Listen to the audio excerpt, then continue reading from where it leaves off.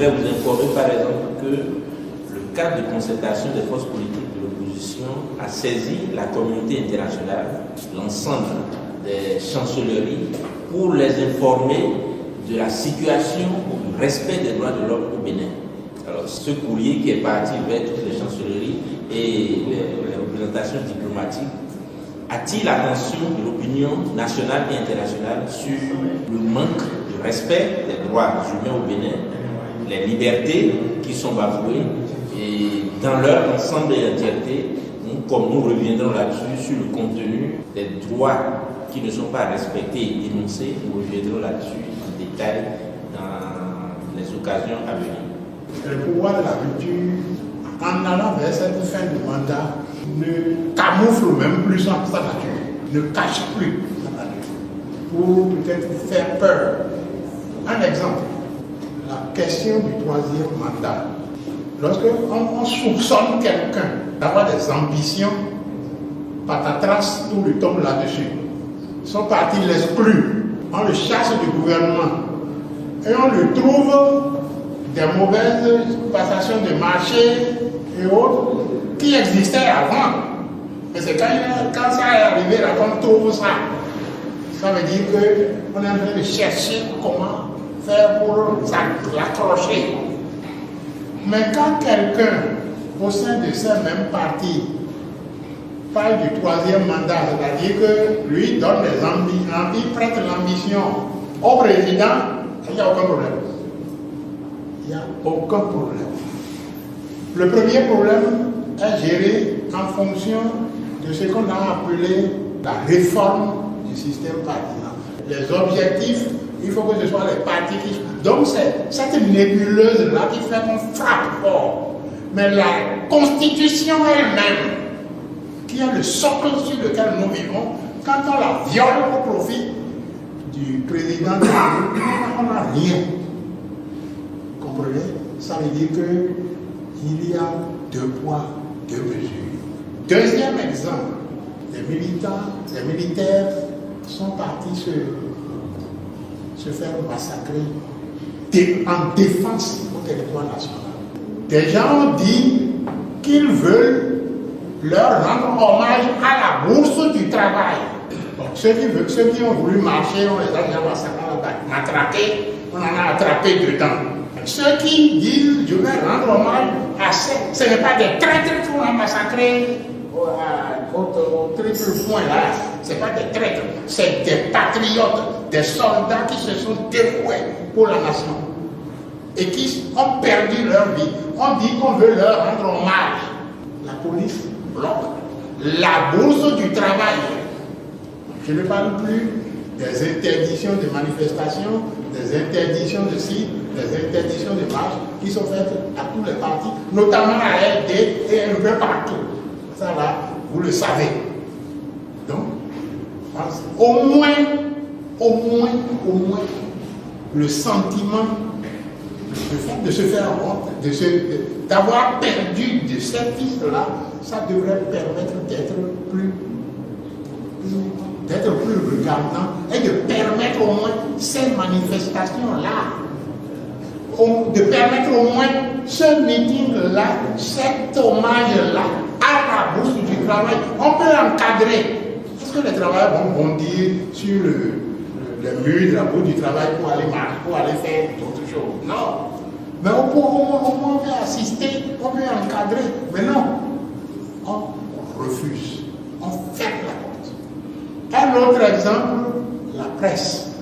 Quels sont les journaux qui ont eu des problèmes? C'est eux qui ont des fautes. C'est eux qui ont ci, c'est eux qui ont ça. C'est Crystal News, c'est Reporter Bénémoine, c'est le Patriote. Et puis des organes qui nous renseignent, qui disent toute la vérité sur ce qui se passe. C'est eux qui ont eu des problèmes. Et c'est sans ménagement. C'est sans ménagement. La hack d'un président à l'autre n'a pas changé. C'est une institution, comme toutes les autres institutions, omet le pouvoir de la rupture et qui tape sans ménagement. Alors, moi je pense que le Béninois doit comprendre que ce pouvoir-là est resté le même. et ne se cache même pas, veut terroriser, veut faire peur. Si on est terrorisé et qu'on a peur, l'objectif, c'est de continuer. Est-ce que c'est le troisième mandat? Est-ce que c'est un troisième mandat déguisé? Mais je pense même que c'est le troisième mandat qu'on cherche. C'est quand on l'aura pas qu'on va tenter l'autre. Puisque c'est ça qu'on met en exergue. Il y a même un intellectuel qui a démontré que ce qu'on a écrit dans la Constitution, là, ça ne veut pas dire du tout nul de sa vie, point. Non, c'est. Il peut avoir un troisième mandat. Un intellectuel s'est mis à ce service-là. À ce service-là. Sincèrement. Bon, je pense que le cadre de concertation a compris. Le peuple béninois a compris que le pouvoir de la rupture est impossible à guérir sur la question du pouvoir dictatorial qu'il est. Il est impossible à racheter sur la question du pouvoir dictatorial qu'il est. Et il faut nous organiser. Il y a du ridicule dans ce qui se fait.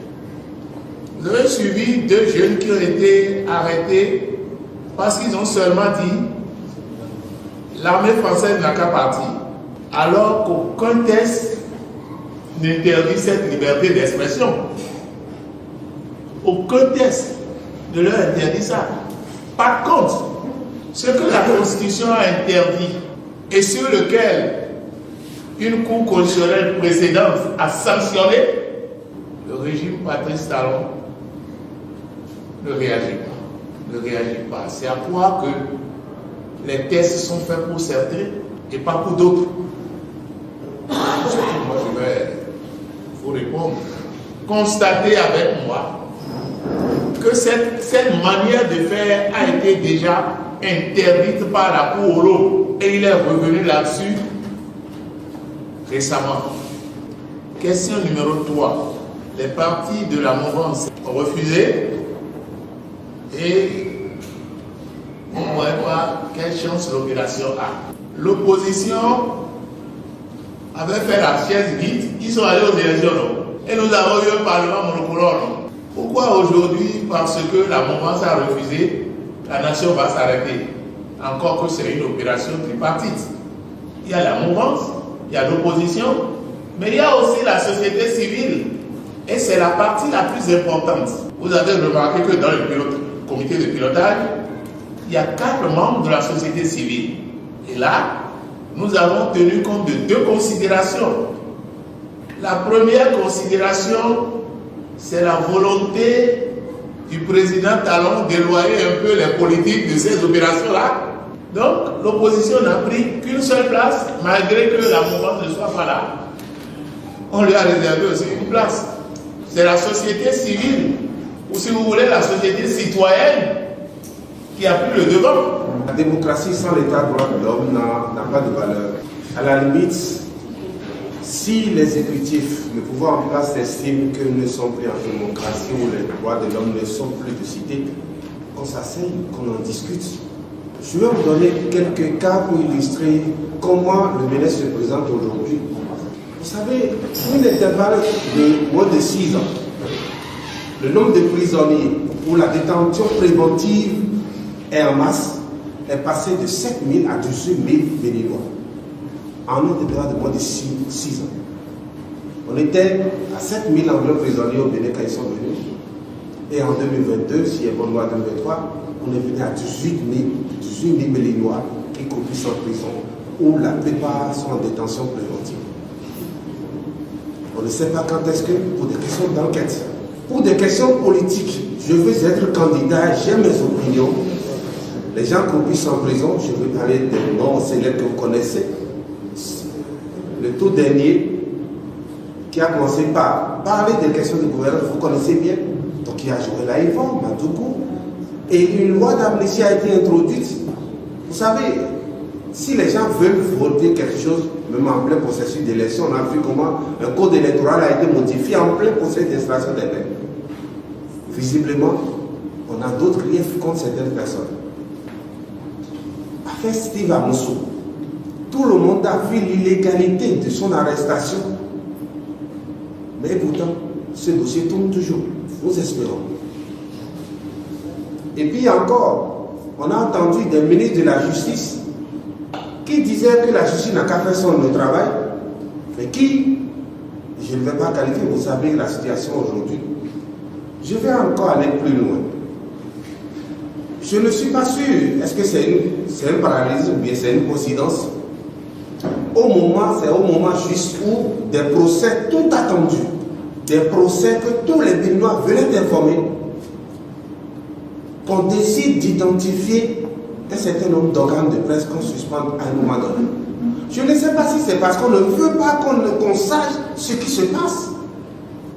Mais je voudrais vous inviter, vous qui tenez encore bon, que vous avez une responsabilité pendant cette période courte pour nous faire dire la vérité. Est-ce que c'est à cause de l'affaire Boko? Est-ce que c'est à Boko et Rumeki? Est-ce que c'est à l'affaire de 4 milliards qu'on ne veut pas qu'on soit bien informé? Est-ce que c'est à l'affaire de Stir à Moscou? Est-ce que c'est pour ça qu'on a suspendu ces organes? Mais la question que je me pose, regardez combien de jeunes sont derrière ces organes qui travaillent. Si ils ne sont pas réguliers, il faut envoyer plusieurs courriers pour dire, mettez-vous à jour, faites ceci. Si les gens, il y a des plaintes, que la justice n'a qu'à faire son travail pour que les gens soient condamnés bien certains jours avant qu'on ne passe à ça. La question de la liberté de presse. Vous savez, la critique aujourd'hui au Bénin est devenue un crime.